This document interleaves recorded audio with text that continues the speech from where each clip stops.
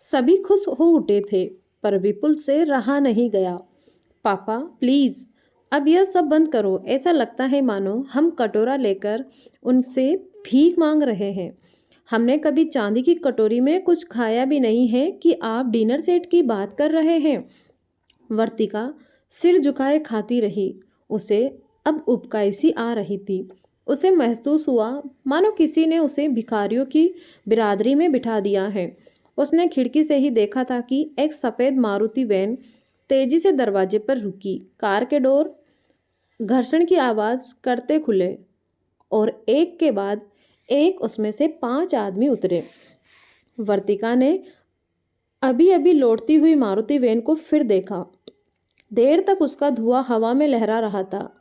इस आते और जाते के अंतराल में ही इतना कुछ घट गया। क्षण भर में ही सर्वत्र सन्नाटा छा गया था। अब तक तो सब कुछ ठीक ही चल रहा था, लेकिन घंटे भर में ही चहकते परिवार पर मुर्दानी छा गई। पर्दे अभी भी उनके स्पर्शघात से हिल रहे थे, जो अभी अभी यहाँ से चले गए थे। मेज पर पानी से भरे गिलास अनछुए पड़े थे। इतना अपमान कभी किसी से ने सहा ही नहीं था। सभी एक दूसरे से नजरें चुरा रहे थे। वर्तिका अपने कमरे से बाहर नहीं निकली। उसने खिड़की से ही देखा था कि एक सफ़ेद मारुति वैन तेजी से दरवाजे पर रुकी। कार के दरवाजे घर्षण की आवाज़ करते हुए खुले और एक के बाद एक उनमें से 5 आदमी उतरे। वर्तिका ने अभी अभी लौटती हुई मारुति वैन को फिर देखा। देर तक उसका धुआं हवा में लहरा रहा था। इस आने और जाने के अंतराल में ही इतना कुछ घट गया। बाबूजी अब तक टाई की गांठ कहीं बार बांध और खोल चुके थे। विपुल बरामदे में बैठे उंगलियां बजा रहे थे। अम्मा जी बैठी बैठी फर्श पर पड़ी दरारों को अपने पांवों से कुरेद रही थी। मुकुल चाबी का गुच्छा हिलाते खिड़की के पास खड़ा दूर कहीं सुनने में देख रहा था।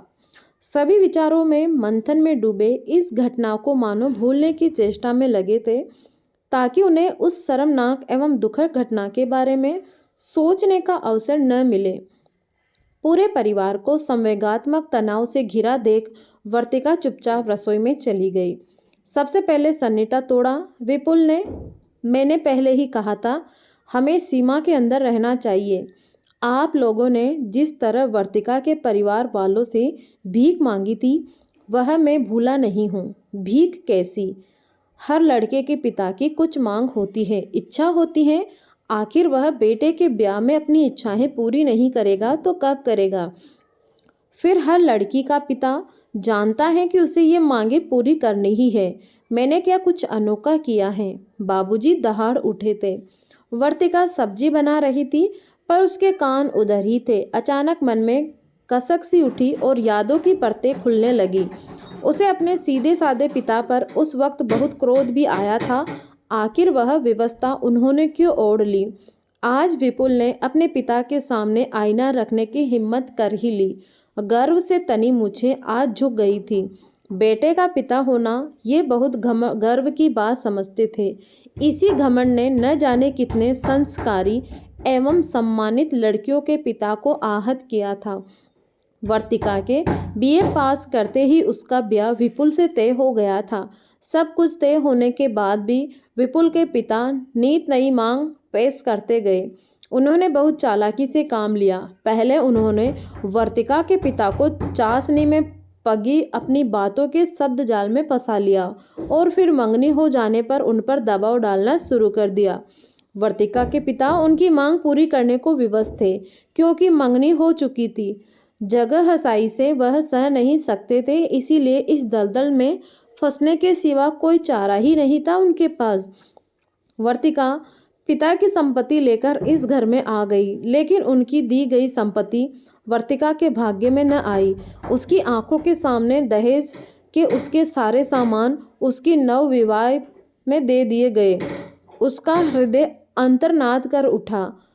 इसी दहेज को जुटाने में उसके पिता कंगाल हो गए थे और उसके ससुर ने मुफ्त मिले इन सामानों को कितनी सहजता से अपनी बेटी को दे दिया था। आज उसकी समझ में आ गया कि क्यों बेटी का विवाह बेटे के विवाह के बाद क्यों किया जाता है। हाँ, विपुल की आंखों में तैरती व्यवस्था उसने देखी थी, पर वह भला क्या कर सकता था। पिता के रोबीले व्यक्तित्व के आगे किसी की नहीं चलती थी। लड़की होने का दुख उसे सालता रहा। उसके जन्म के समय से ही माता पिता का आत्मबल घटता गया। जैसे जैसे वह बड़ी होती गई, असुरता की भावना से ग्रसित हो उसके माता पिता उस पर हिदायतों के बोझ डालते गए। फिर उसने बेटे का पिता होने की वजह से अपने चाचा का आत्मबल बढ़ते देखा था। उनका पुत्र अतुल अपने पिता का दाहिना हाथ था। पिता को दिनों दिन जिम्मेदारियों से वह मुक्त करता गया। उनकी तुलना में दहेज की व्यवस्था में जुटे अपने पिता की याद आते ही उसका मन द्रवित हो उठता। दोनों भाइयों के व्यक्तित्व में भी अंतर आ गया। अपने पिता की आर्थिक तंगी देख उसे अपने ससुर पर बेहद क्रोध आता। जब वही सब मुकुल के भावी ससुराल वालों के साथ भी दोहराया जाने लगा तो वह क्रोध में उफनती विपुल के पास जा पहुंची। क्यों जी, आप लोग लड़की वालों की व्यवस्था का इतना अनुचित लाभ क्यों उठाते हैं? द्रौपदी के चीर की तरह इनकी मांग बढ़ती ही जा रही है। आप लोग अपनी मांग एक ही बार लड़की वालों के सामने क्यों नहीं रखते? अगर वे आपकी मांग पूरी करने में समर्थ नहीं होंगे तो बात वही खत्म हो जाएगी। इस तरह जाल बिछाना शोभा नहीं देता। आप बाबूजी को समझाते क्यों नहीं? बाबूजी को समझाना आसान नहीं है।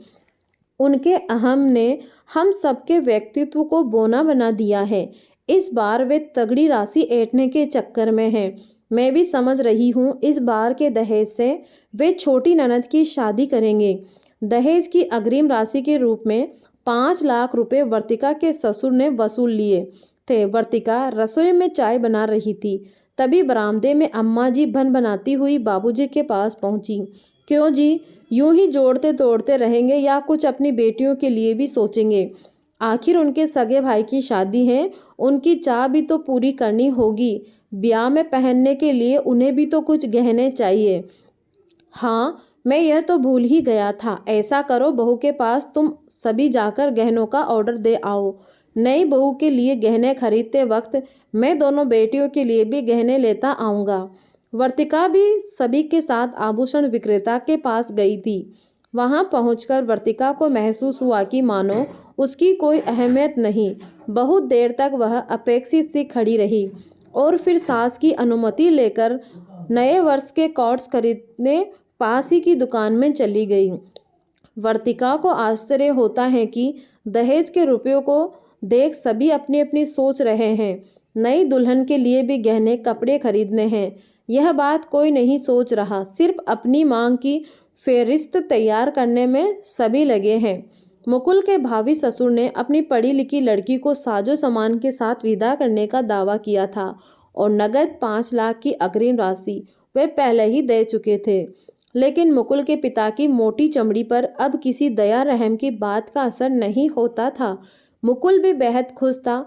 या पिता ने तो आज तक सुख सुविधाओं के सामान उसे दिए नहीं, लेकिन आज बिना मेहनत के ही दहेज के रूप में मुफ्त का माल हाथ आ रहा है। उस पर मावी बधू तृष्णा बेहद सुंदर तथा शांत एवं शिष्ट थी। मुकुल अकेले में बार बार उसकी तस्वीर को देखता। रात में खाने की मेज पर मुकुल के पिता ने कहा, एक बात मुझे समधी जी को फोन कर देनी चाहिए थी कि मेरे बेटे के लिए चांदी का डिनर सेट भी होना चाहिए, अन्यथा मेरा बेटा वहाँ खाना नहीं खाएगा। सभी खुश हो उठे थे, पर विपुल से रहा नहीं गया। पापा प्लीज, अब यह सब बंद करो। ऐसा लगता है मानो हम कटोरा लेकर उनसे भीख मांग रहे हैं। हमने कभी चांदी की कटोरी में कुछ खाया भी है कि आप डिनर सेट की बात कर रहे हैं? वर्तिका सिर झुकाए खाती रही। उसे अब उबकाई आ रही थी। उसे महसूस हुआ मानो किसी ने उसे भिखारियों की बिरादरी में बिठा दिया है। तर्क वितर्क ने घर में एक हंगामा ही खड़ा कर दिया। विपुल और वर्तिका एकदम अकेले पड़ गए। बाबूजी ने मूंछों पर ताव देते हुए कहा, अरे यही अवसर होता है जब कोई लड़की का पिता इनकार नहीं कर सकता। बाबूजी ने खाना खत्म किया और कमरे में फोन करने चले गए। विपुल तथा वर्तिका अपने कमरे में चले गए। परिवार के बाकी सदस्य खाने की मेज पर बैठे ख्याली पुलाव पकाते रहे। सभी को इंतजार था एक सुखद सुबह का। रोज को तरह उस दिन भी सवेरा हुआ था, लेकिन बादलों ने आज सूर्य को अपने आंचल में छिपा रखा था। सभी को आज मुकुल के भावी ससुर के फोन का इंतजार था। कुछ लोग पूर्वानुमान लगा रहे थे कि शायद अग्रिम नगद राशि की तरह वे लोग पहले ही डिनर सेट भी घर पहुंचा दे। वर्तिका की छोटी ननद रीनी मचल उठी। पापा, एक दिन में भी उसमें खाऊंगी। एक ही दिन क्यों बेटी, तुम उसमें रोज रोज खाना। आखिर मुकुल के दहेज में जो कुछ आएगा वह तो मैं तुम्हें ही दूंगा। बाबूजी ने भाव विभोर होकर कहा। मुकुल उखड़ गया। मैं अपनी एक भी चीज किसी को छूने नहीं दूंगा। पापा को तुम्हारे दहेज के सामान खुद खरीदने होंगे। मैं विपुल भैया नहीं हूँ। फिर तो उस वाद विवाद ने महाभारत का रूप ले लिया। आरोप प्रत्यारोप का भयंकर आदान प्रदान हुआ। मुकुल ने अपने पिता की धज्जियां उड़ाने में कोई कसर नहीं छोड़ी। उसने अपनी माँ से कहा, आपने तृष्णा के लिए आभूषण भाभी से पसंद क्यों नहीं करवाए? तृष्णा उनकी कलात्मक रुचि के गहने पहनेगी या आपकी पसंद के पुराने फैशन के गहनों की खरीदारी में कलात्मक अभिरुचि का होना आवश्यक है। ये लो भाई, क्या कहते हैं मेरे सपूत के? अभी घर में पत्नी आई भी नहीं है और तरफदारी अभी से शुरू हो गई। अम्मा जी चिढ़ गई। वर्तिका अपने कमरे की खिड़की से सड़क पर आती जाती कारों को देख रही थी। तभी एक सफेद मारुति वैन आकर दरवाजे पर रुकी। कार के दरवाजे एक घर्षण के साथ खुले और एक के बाद एक उनमें से 5 व्यक्ति उतरे। एक व्यक्ति ने सिगरेट का अंतिम कस लेकर सिगरेट फेंक दी। सबने एक दूसरे से आंखों ही आंखों में कुछ कहा और अनुशासित एवं शालीन ढंग से चलकर दरवाजे तक पहुंचे। वैन के रुकते ही घर में हलचल सी मच गई। आखिर इतनी जल्दी डिनर सेट खरीद कर पहुंचाने भी आ गए। अम्मा जी और वर्तिका नाश्ते पानी के प्रबंध में लगी गई। रीनी ने ट्रेन में पानी के गिलास मेज पर रख दिए। बाबूजी जानबूझकर आंगन में टहल रहे थे ताकि कुछ देर उन्हें प्रतीक्षा में बैठना पड़े। आखिर ये लोग लड़की वाले हैं। बाबूजी मंद मंद मुस्कुरा रहे थे। अतिथि बाहर बैठे इनकी देर से उनका इंतजार कर रहे थे, पर उन्हें इस बात की तनक भी चिंता नहीं थी। अम्मा, अब बातें बंद भी करो। बैठक में अकेले अतिथि उब रहे होंगे, क्या सोच रहे होंगे हमारी शिष्टता के विषय में। मुकुल अपनी अम्मा पर बरस पड़ा। इतनी जल्दी है तो तू ही चला जा। बड़ा आया शिष्टता सिखाने वाला, अभी से ससुराल वालों की पैरवी कर रहा है। मूंछों पर ताव देते बाबूजी ने मुकुल को एक झाड़ लगाई। मुकुल खिसिया कर रह गया। वर्तिका रसोई में पत्ता गोभी काट रही थी। वह अपना सारा आक्रोश पत्तों पर उतार रही थी। क्यों हम इन रूढ़ियों में बंधे हैं? आखिर लोग इस कुप्रथा को समाप्त करने के लिए आगे क्यों नहीं बढ़ते? आज की लड़कियां पढ़ी लिखी होती हैं, फिर उनके साथ भी दहेज की चाह क्यों? पत्तों को वह यूं कतर रही थी मानो आज वह इस कुप्रथा को समाप्त करके ही दम लेगी। वह प्राय सोचती कि उसके पिता जैसी व्यवस्था अच्छी चीज नहीं। उन्हें डटकर इन लोगों का सामना करना चाहिए था। उनसे भी तो हिम्मत नहीं की। अगर आज के लड़के लड़कियों ही डटकर दहेज प्रथा का बहिष्कार करे तो फिर लोग अपने आप ही घुटने टेक लेंगे। काश कोई ऐसा कर पाता। तृष्णा भी अब वर्तिका बनकर जीवन बिताने को बाध्य हो जाएगी। लड़की होने का दंड आजीवन भुगतना पड़ेगा उसे भी। विपुल में हिम्मत नहीं थी, पर मुकुल में हिम्मत होने के बावजूद दहेज की चाहत है। जब एक दिन रिन्नी के रिश्ते के लिए उसे किसी की देहरी पर सिर टेकना पड़ेगा, तब इस वर्ष पर एवं अपमान की पीड़ा महसूस करेगा। सब्जी काटने के बाद वह बरामदे में आई, जहां से बैठक की बातें सुनी जा सकती थी। हवा के झोंकों से पर्दे हिलते तो अंदर का दृश्य भी दिखाई पड़ता। उसे वहीं पर रुकना अच्छा लगा। बैठक में कुछ देर सभी चुनाव संबंधी बातें करते रहे। चुनाव की बातें कुछ लंबी होने लगी तो विषय बदलकर मौसम पर आ टिका। वर्तिका को लगा दोनों पक्ष अपनी बात शुरू करने में मंसूबे बांध रहे हैं। बेचैनी दोनों पक्षों को है, पर शुरुआत करने की हिम्मत कोई जुटा नहीं पा रहा है। अचानक तृष्णा का बड़ा भाई कुछ कहने को कसम कसाया। उसने एक बार चारों ओर देखा और फिर कहना शुरू किया, हम लोग अपनी व्यवस्था बताकर आपसे क्षमा मांगने आए हैं। बाबूजी को आंखों से क्रोध की चिंगारियां निकलने लगी। क्या मतलब है आपका? शादी करनी है या नहीं? तृष्णा के भाई ने सविनय कहा, नहीं, वही तो कहने आया हूँ, हम आपके यहाँ रिश्ता नहीं कर सकते। बाबूजी क्रोध से उफनते हुए खड़े हो गए। दिमाग तो खराब नहीं हो गया है आपका? विवाह के दिन अब बचे ही कितने हैं? जब सब तय हो गया तो अब अंत में आप रिश्ते को तोड़ने की बात कर रहे हैं। बाबूजी नाराज न हो, रिश्ता प्रेम से जुड़ता है, सौदेबाजी से नहीं। सूरसा के मुंह की तरफ बढ़ती मांगों से अब हम थक चुके हैं। अब हमारी शक्ति नहीं रही, आपकी मांगों को अब हम लोग पूरी करने में असमर्थ हैं, क्योंकि ब्याह के बाद भी अगर यही सिलसिला रहा तो हमारी बहन की जिंदगी तो बर्बाद हो जाएगी। इसीलिए आज से रिश्ता खत्म ही समझिए। बाबूजी को काटो तो खून नहीं। अपमान एवं क्रोध से आंखें लाल हो गई उनकी, पर मुंह से बोल नहीं फूटे। तभी दूसरा धमाका हुआ, तृष्णा के छोटे भाई की ओर से। बाबूजी, हमने आपको अग्रिम राशि के 4 लाख रुपए दिए थे, कृपया वह लौटा दें ताकि दीदी के लिए हम अन्यत्र रिश्ता तय कर सकें। बाबूजी ने उसे क्रोध से घूरा और फिर अंदर कमरे में आए। रीनी ने घबराकर बाबूजी से पूछा, गहनों के ऑर्डर दिए जा चुके हैं, उनका क्या होगा? बाबूजी ने क्रोध में आकर अलमारी पर लात मारी। रीनी सहम कर दूर जा खड़ी हुई। बाबूजी ने अलमारी से रुपए निकाले और बैठक में जाकर मेज पर रख दिए।